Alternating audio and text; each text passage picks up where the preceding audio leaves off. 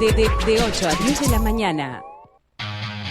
En Punto de Encuentro, el informe de Carolina de Lizá. Carolina de Lizá.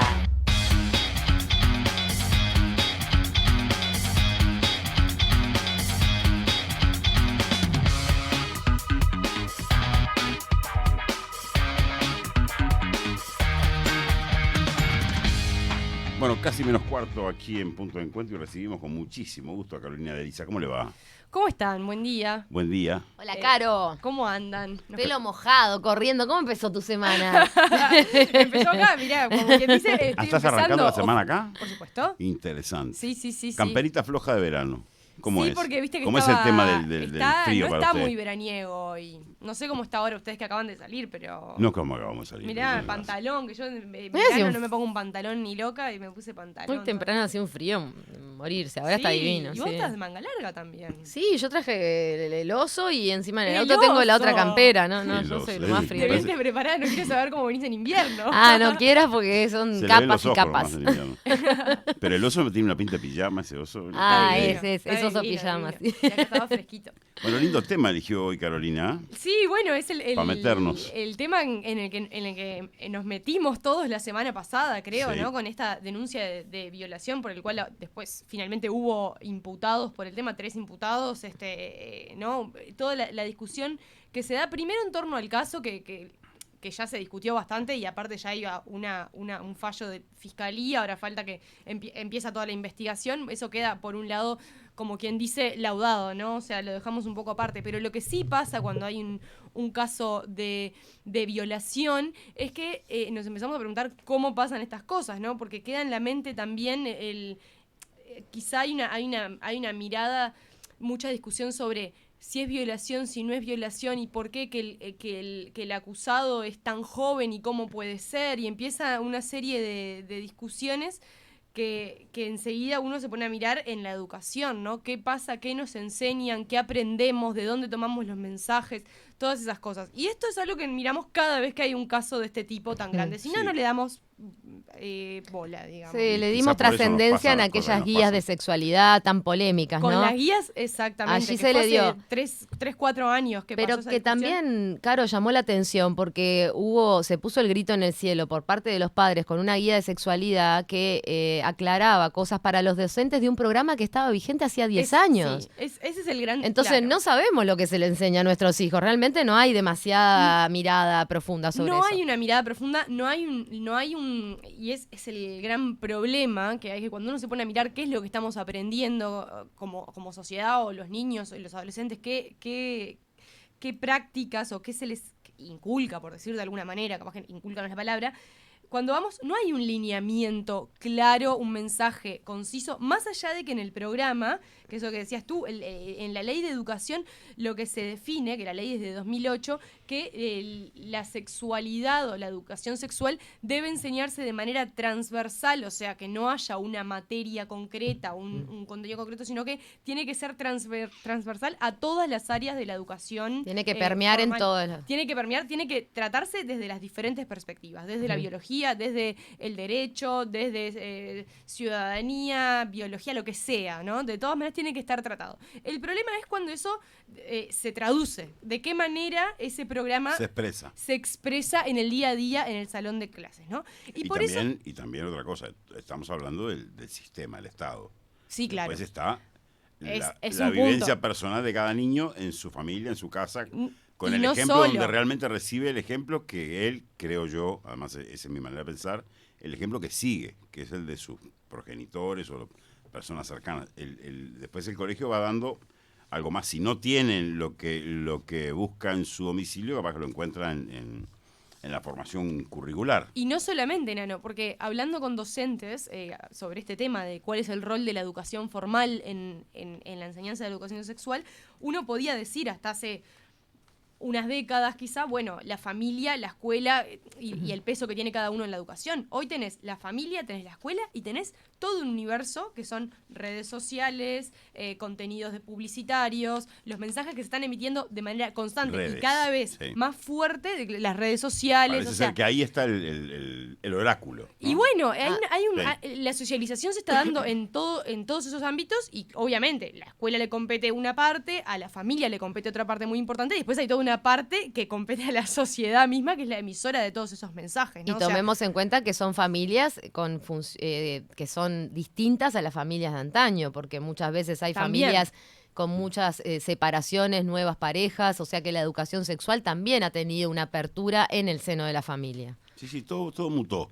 en Todo alguna mutó. medida. Así Exacto. que pertinente su elección para el tema de hoy. Entonces, bueno, quería saber un poco en la práctica cómo se llevaba a cabo todo eso que nos ponemos a mirar y a discutir cuando pasan estas cosas. Y hablé con dos referentes en educación sexual, una por el lado de primaria y la otra por el lado de secundaria, ¿no? En el caso de la persona con la que hablé en primaria, se llama Patricia Piris. Ella de 2014 a 2019 fue coordinadora de contenidos de educación sexual para docentes. O sea, lo que se encargaba de hacer era recorrer el país para formar docentes, formar maestras principalmente, para cómo llevar esos contenidos que ya están en el programa, cómo volcarlos en el salón de ¿Cómo clases. expresarlos? Cómo Claro. expresarlos. Era un programa de formación permanente que tenían los docentes que funcionó de 2014 a 2019 y durante esos años ella recorrió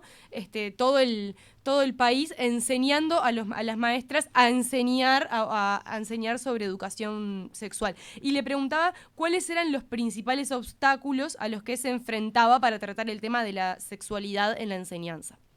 Y en principio creo que los miedos y los prejuicios culturales instaurados tanto en las compañeras, colegas, como en las familias, en el mundo adulto. Miedos y prejuicios del mundo adulto, ese es como el primer obstáculo.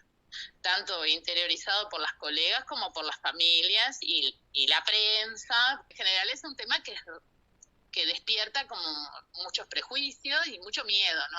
Entonces a veces, y más en la niñez, a veces los artículos o los titulares de la prensa destacan justo o se articulan con miedos instaurados en la sociedad. Por ejemplo, un miedo que siempre está latente por desconocimiento es que la información en educación sexual puede adelantar procesos a los niños y niñas y bueno, si los niños y niñas saben de educación sexual tendrían relaciones, como que la gente cree que puede tener relaciones sexuales a los 3-4 años.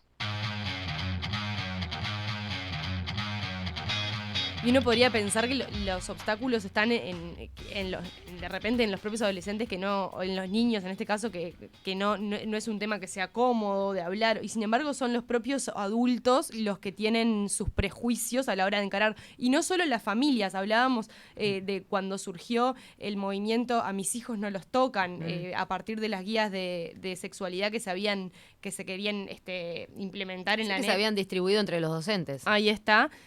Surgió ese grupo porque decían, no quiero que a mis hijos les enseñen determinada ideología de género, si es que de alguna manera se le está llamando de esta manera, o determinado lineamiento en la sexualidad, cuando en realidad es algo que ya debería estar laudado, ¿no? Sobre Además todo, estaba vigente hacía 10 años, ese fue el principal talón de Aquiles Nadie lo de supo, ese reclamo. Estaban reclamando sobre un programa que venía vigente hacía muchísimo y que con la guía se puso sobre la mesa. También como sociedad surgió el planteo hasta de repente antes se consideraba que sí o sí era como algo sagrado que la familia fuera la encargada de la educación Sí. sexual de los niños. Y sería bueno que como sociedad también nos replanteemos porque los abusos sexuales de niños se dan en el ámbito doméstico. O sea que ¿es la familia, los padres realmente los que están más capacitados con los miedos y Pero prejuicios que ahí tenemos la los pregunta, adultos? es la mayor ahí la gran dificultad en pregunta, realidad ¿es el para la Estado? propia familia. Es el Estado, entonces. ¿Quién es, no? Ese es el desorden que tenemos. La familia está aparentemente por los cambios incapacitada de tener una capacidad, valga la redundancia, de ofrecer, y entonces es el Estado el que debe darlo. Esa es la gran cuestión. La gran cuestión. Y otra cosa, ¿cuánta moralidad debe estar incluida en la educación sexual? Porque Claro. la educación sexual debería también ser herramienta informativa y no que incluya prejuicios y conceptos morales. Bueno, ahí está. Esa es otra de las discusiones. Creo que las dos son válidas en cuanto a quién debería ser. Yo creo que es un todo, ¿no? O sea, cada actor debe dar su parte para esto, pero el tema es que no está tampoco articulado aún sobre de qué manera. Exacto. O sea, y ese es el vacío que hay hoy, que todos nos escandalizamos, nos parece horrible. Hace 10 días, 15 días que estamos hablando de este tema, de una violación grupal. Y de otros, de abusos de niñas de parte de sus padres. Yo creo que hay otras cosas mucho más graves todavía. Sí. Cuando es el niño, tú decías recién, que lo decía Piris, relaciones sexuales a los 3, 5 años. ¿Cuántos casos de abuso hay de niñas o niños de 5 años? Quizás si supieran que entonces, eso es una relación sexual, porque entonces se claro, da información. Ese es el punto, ¿no? Entonces, en algunos sectores la familia, los progenitores o los padrastros o las madres no están pudiendo ofrecer una garantía. Y ahí está el Estado. Y además porque es muy difícil, la dificultad mayor que se da en estos casos es que, como decía Ceci, la mayoría de los casos de abusos en menores se dan en la familia. Es muy difícil para una familia no solamente, vivir un caso así, sino asumirlo después, porque uno a veces se pone a pensar y dice, no, el tío violador o el abuelo violador, y en realidad es una persona que generalmente está aceptada en la familia. Entonces no es el tío violador, es el hermano de mamá o el padre de papá, o sea, y es alguien querido y aceptado. Entonces, para una familia vivir algo así es realmente muy complejo. Sí, es un tejido que se rompe, un tejido íntimo, personal, emocional, que se añica, ¿no? En el imaginario colectivo quizá está instalado, primero, que es algo ajeno de otra familia, ¿no? No es la familia de uno, y segundo que, claro, la figura del violador es una figura que es un monstruo adentro de la familia, pero claro, la familia no lo tiene identificado así. Y por eso mismo Muchas la veces. familia en general es la más ciega con respecto a Por esos supuesto. casos y la que menos tiene posibilidad de detectar. Y es muy difícil decir, bueno, mi papá no es el abusador en este supuesto. caso, yo que soy madre, por ejemplo, o a mi hija decirle, ojo con tu abuelo, es algo que es muy difícil, ¿no? Pero Es muy difícil. a la luz de las cifras y de los resultados, realmente el seno familiar no es protector de los niños. Sí, o no siempre. Digo, No, es una, bueno, por lo tiene menos que no se tener puede también tomar como obvio que la no se puede familia tomar es como obvio, la exactamente. cuna de No, protección no es- del niño. No es una máxima definitivamente. hoy por hoy. No, hoy No por es una hoy. máxima. Bueno, y sobre esto también hablaba con Patricia Piris, porque ella decía cómo, yo le preguntaba de qué manera se traducen estos resultados o esta formación que se le ha dado a las maestras en estos 5 años, de 2014 a 2019, y ella me hablaba justamente de cómo fueron midiendo los resultados las maestras a partir de esta formación. Creo que una evidencia que una puede tener del impacto tanto de los contenidos programáticos como de haber que en el programa esté la educación sexual explícita y que la formación de las maestras hubiese educación sexual, creo que una de las evidencias que una puede ver también, que no se debe solo a eso, ¿no? También a las políticas públas que hay de todos lados, pero hay una mayor, hay una mayor visibilidad, por ejemplo, de las acciones de prevención de abuso y maltrato sexual de los niños y niñas en las escuelas. Viste que las maestras tienen mayor claridad y visibilizan mucho más, a la vista estaban las estadísticas de cuántas maestras han podido denunciar, acompañar, prevenir y también acompañar a los gurises en situaciones de abuso y maltrato. Las maestras visibilizan mucho más eso. Ahí estaba Piris explicando cómo a partir de esta formación las maestras recibieron herramientas para poder captar casos en donde podría haber abuso por parte de niños, poder identificar. Eso ha sido un avance enorme en las últimas décadas. La mayor parte de los abusos se detectan en la escuela y lo detectan esas maestras que están atentas a actitudes, a situaciones, a qué sucede con un niño o una niña que está siendo abusada o que está siendo violentada, ¿no? Cómo responde ante determinadas cosas. Pero es una paradoja porque, por ejemplo, estos programas de formación permanente para las maestras ya desaparecieron, digamos, con los cambios que hubo en la educación en este gobierno, ya no existen. Entonces, Hoy la formación en educación sexual para las maestras no está, depende de cada caso, o sea, la que tuvieron la obtuvieron durante ese periodo. En magisterio tampoco hay una formación fuerte en esto, o sea, no está... es un tema que ha quedado totalmente por fuera. Las maestras se gradúan, se reciben y no tienen herramientas para educar en sexualidad o transmitir o recibir mensajes vinculados con este tipo en la educación primaria, ¿no? Lo Que hacen por pura vocación cuando reciben y se dan cuenta de los cambios conductuales de un niño. La realidad es esa. El CIPIAB incluso dijo en el año de la pandemia cómo se redujeron las denuncias de abuso sexual infantil y de violencia doméstica contra los niños, porque claro, no tenían esa primera línea de batalla que son las maestras detectando los casos. Claro. Pero hay prejuicio y es un tema tabú hasta en magisterio. Pero y aún así, exactamente, porque aún así, aunque uno, la vocación que puedan volcar las maestras, que es admirable y es súper positiva, aún así no siempre tienen las herramientas. Obvio. Y vienen con sus prejuicios y vienen con su bagaje cultural, que no siempre ellas mismas lo han reconocido, no siempre saben si eso está bien o está mal, o lo que digo, más allá de que si no es una contradicción con la casa del niño, ¿no? Y sí, exacto, o sea, más allá de que todos quieren, ¿no? Uno se pone a hablar con padres, con docentes, todos coinciden en que quieren lo mejor para los niños. A veces ese mejor para los niños es difícil de transmitir si no hay una preparación para eso de manera académica. Bueno, hoy esa formación no existe, en primaria no existe. Aún así, cuando hablé con docentes de secundaria, ellos resaltaban que en realidad la educación básica con respecto a la sexualidad, los niños llegan al liceo con una formación bastante sólida en los primeros conceptos, ¿no? ¿Qué son los primeros conceptos? El respeto al cuerpo del otro. ¿Formación obtenida en la escuela o obtenida en otros lados? No lo sé, o sea, ellos me decían, bueno, la base en la escuela es buena porque vienen con una buena base. Bien. ¿No? O sea, que son esos conceptos, ¿no? Porque también cuando yo me ponía a pensar, cuando yo pasé por el liceo, en la década del 2000, la educación sexual la recuerdo como muy desde la biología. Como biología. No sabés lo que era cuando pasé yo por el Bueno. liceo. Sí, claro. Claro. Las miradas que nos hacíamos en quinto de escuela. ¡Ay, vos! Aparato reproductor. ¿Qué va a Capaz que pasar? estás menstruando y yo no sabía. ¿Qué va a pasar ahora? Aparecía una lámina y quedábamos todos paralizados. Sí. Claro. Bueno, quizás yo llegué un poco más ayornado a esos conceptos. Eso es una prueba que acá hayamos 3 personas que vivimos en momentos, etapas distintas, ¿no? Cuando hoy los niños tienen internet. Acá hay un oyente que está diciendo que no es educación sexual, que es educación moral, porque son principios morales de cómo comportarse en la vida y no cómo ponerse un preservativo como hacen en Argentina con penes de madera, por ejemplo, para la educación. El famoso pene de madera. Se armó con los penes no sabía de madera. que era tan famoso el pene de madera. Acá está hablando de nuestra político especialista. Brutal, el pene de madera. Aclararle al oyente que Carolina no es especialista en este tema, es nuestra columnista y está analizando desde el punto de vista de la educación todo lo que ha pasado estas semanas, porque bueno, y su referencia a niños y niñas es a propósito de las entrevistas que ha realizado.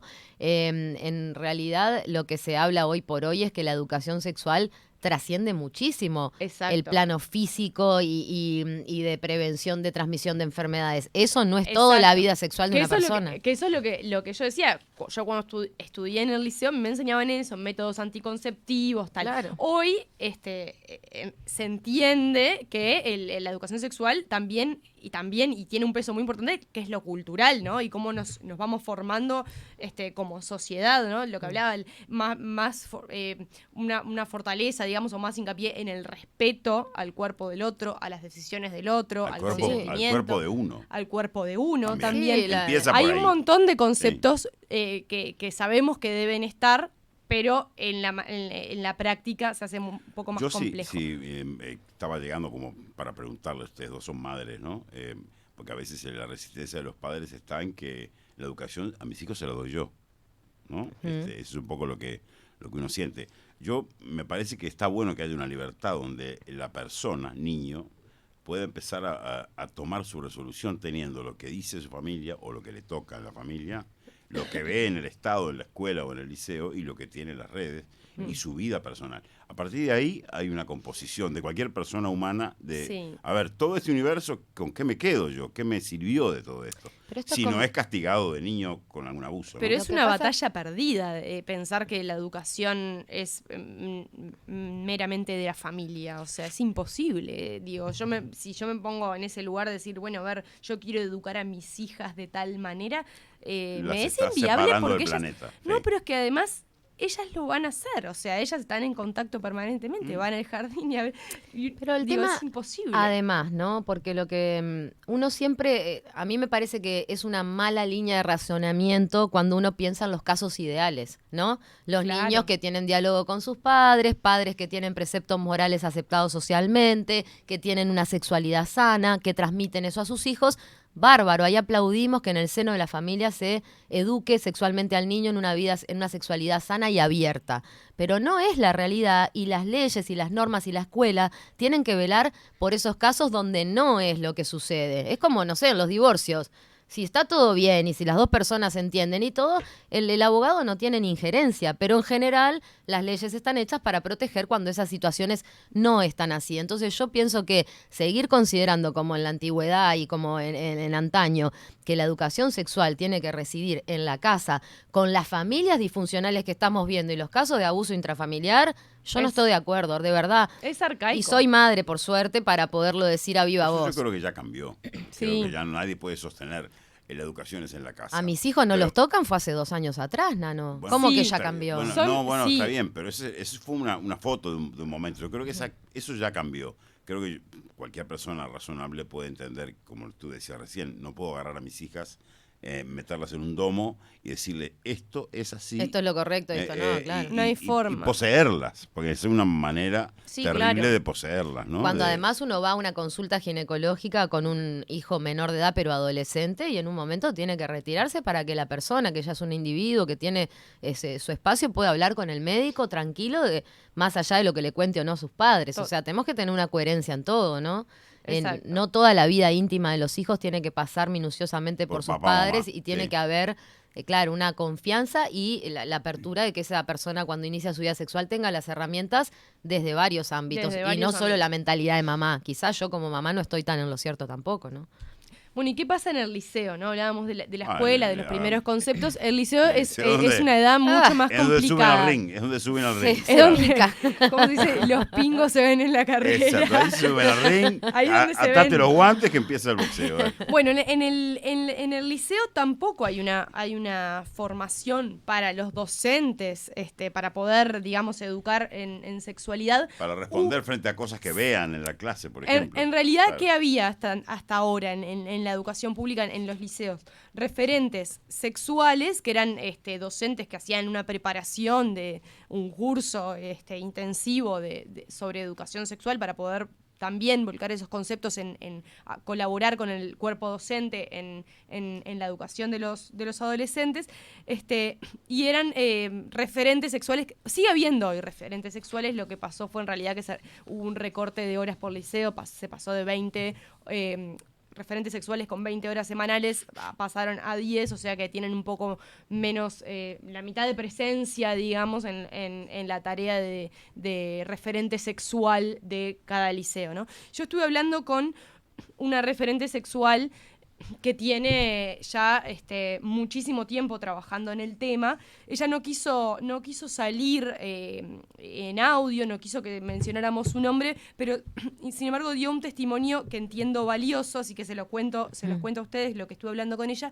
porque ella tiene una mirada que es un poco a contrapelo de lo que hoy es políticamente correcto, ¿no? O sea, hoy, a partir de los movimientos que ha habido muy fuertes en defensa de los derechos de las mujeres y todo lo demás, se instaló también en la educación, sobre todo en el cuerpo docente, esa mirada muy, no quiero decir agresiva, pero sí intensa con respecto a cómo ver las cosas. ¿Qué me decía esta docente en concreto? Que con el tiempo ella empezó a notar que algunas cosas que antes no se daban empezaron a verse con más. ¿Cómo qué? Por ejemplo, Ejemplo. que A ver. un niño, dos adolescentes están jugando la adolescente se sienta en la falda del compañero, el compañero no sabe cómo reaccionar y la adolescente se siente con la impunidad de decir, yo soy mujer, ¿por qué no puedo hacerlo? Y cuando se da a la inversa, no, el compañero me está abusando o me está acosando. Es un gran tema. Y me puso ese ejemplo, me puso otro ejemplo en el que habían 2 adolescentes que estaban en un recreo jugando a tocarse la cola, ¿no? Entonces, la adolescente, el que perdía, le tocaba la cola. Un varón, hombre, una mujer, chica. sí. Entonces iba la muchacha y le tocaba la cola al varón. Entonces entra esta persona, este referente sexual y le dice, eso no es un juego, o sea, de esa manera no puede jugar. Ellos siguieron jugando y cuando le toca perder a la muchacha, el varón va y le toca la cola. ¿Qué hace la muchacha? Va a la descripción, fulano me está manoseando, me acosó. Entonces, bueno, ahí intervino la referente sexual y le dice, bueno, a ver, no, habíamos hablado de que esto no era un juego, seguiste jugando, aún así, igualdad de condiciones, o sea, estaban los dos de acuerdo con esto. ¿Cuál era el juego? ¿Cómo se perdía? El juego no sé cómo es, no sé cuáles eran sus reglas. El tema había una cuestión de que uno ¿Estaba le tocaba la pactado cola por al ambos? otro. La prenda era Exacto. tocarse la cola. La prenda era tocarse ¿Era la algo cola. pactado por ambos? Claro.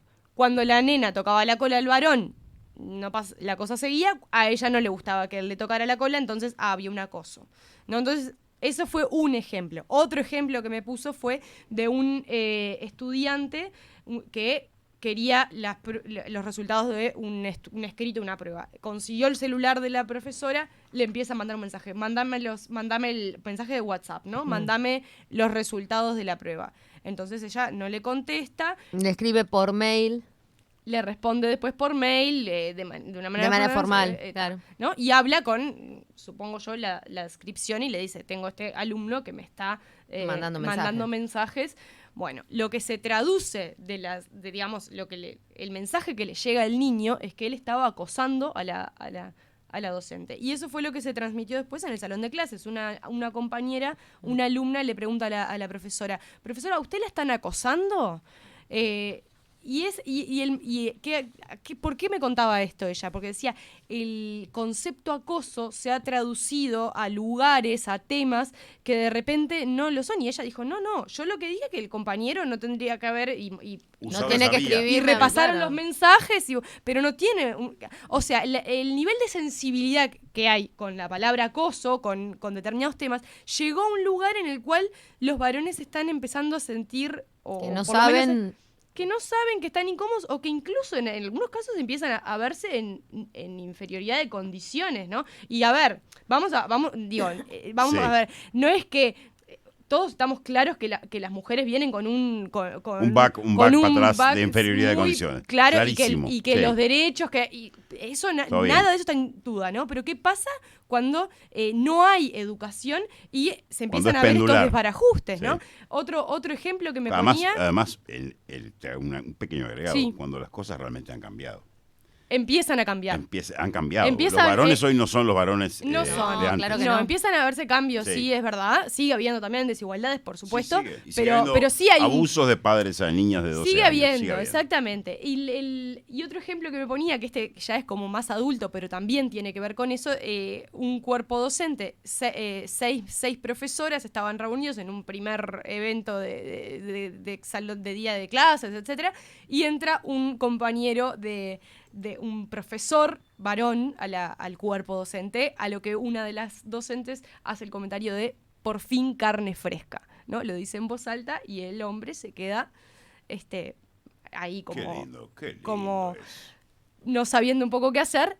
Y la educadora sexual me decía, ¿qué pasa ¿Y si yo eso denuncio? hubiese sido al revés? Y si el hombre denuncia, claro. Y son 6 hombres diciendo, por fin, eso definitivamente lo tenemos muy claro, qué pasa cuando hay 6 hombres y hacen ese comentario frente a una mujer que está recién entrando, ¿no? O sea, eso creo que no hay discusión. Ahora, cuando es al revés ya no está tan claro. Claro, Y tendríamos que ir al paso social de la no objetivización de ningún de ser humano. nadie. Ese ningún es ser el humano. foco en el Pero- cual hacía la referente. ¿Cómo es el nombre de esta mujer?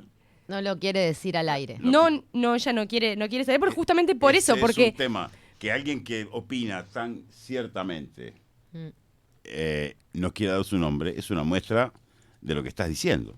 de que el cuestionamiento va a ser... Pero, y con esto redondeo la idea, ¿por qué ella no quiere salir? Ella es una persona que no es una conservadora, no es una persona, catalogada como machista. Digo, está dentro del sistema, es una persona que ha trabajado y que lo ha visto y que empieza a ver estas cosas. No lo dice, ¿por qué? Porque esta presión social que hay en este momento es muy grande con respecto a esto y sabe que la matan. A mí me matan si yo digo estas cosas, no pero esto es así, yo lo estoy viendo. Sí, pero hay que empezar a decir. Entonces, ¿cuál es la base de esto? Si hubiese una formación del respeto al otro, de igualdad de condiciones, esos desbarajustes no se dan, porque se hablaría desde un lugar, digamos, a todos por igual, ¿no? El mensaje sería más claro. Hoy ese mensaje claro no está. Y la educación hace que sexual, cada uno haga... por lo visto, no es prioridad de las nuevas autoridades. Bueno, cada uno se maneja como puede. Y con esto cierro. Sí, para que se están no corriendo, maten. Caro, nos quedaríamos Pero toda a la partir mañana. de esto y a partir del tema de este caso de violación que terminó con las imputaciones el viernes pasado, Juan Gavito, el consejero del Codicen, dijo, bueno, esto hay que trabajarlo. Hay que agarrarlo. Ahí está, propuso esto en el Codicen y ahora lo que le pide el Codicen es que haga un plan más concreto para poder llevar por fin, veremos si es concreto o no, pero por lo menos el tema hizo que se volviera a discutir y ahora mañana tenemos a Robert Silva acá, es un lindo tema para hablar con él. Ahí está. Me encantó tu informe, Carolina. La verdad, impactante. Me encantó. Bueno, me alegro. Mira, Me encantó que hayas encontrado a esa mujer que yo voto, y quiero decirlo acá públicamente, que hay que hablar de ciertas cosas, lo contrario de lo de decía Sumo. Mejor hablar. Sin violencia. Mejor hablar de ciertas discutir cosas. sin violencia y aceptar la mirada del otro, aceptar ¿no? lo que nos pasó, que no todos hizo mal, no todos hizo bien, y no todo tuvo el resultado que quiso tener. Todos tenemos que empezar a repensar el asunto. El 957, felicidades por tratar este tema desde todos los lados. Más me alegra que dos mujeres vean la realidad con miradas objetivas. Excelente, Carolina, te dice nuestro oyente. Después compartiremos. No existo para el oyente de esas dos mujeres. Yo no estuve acá. La está felicitando a las dos mujeres. No te sientas mal, no me pasa nunca. Es horrible. Que ser hombre se ha convertido en una angustia, pero no sabes muy bien qué hacer. De aquí al 8 de marzo, guárdese. Hablamos después. Gracias.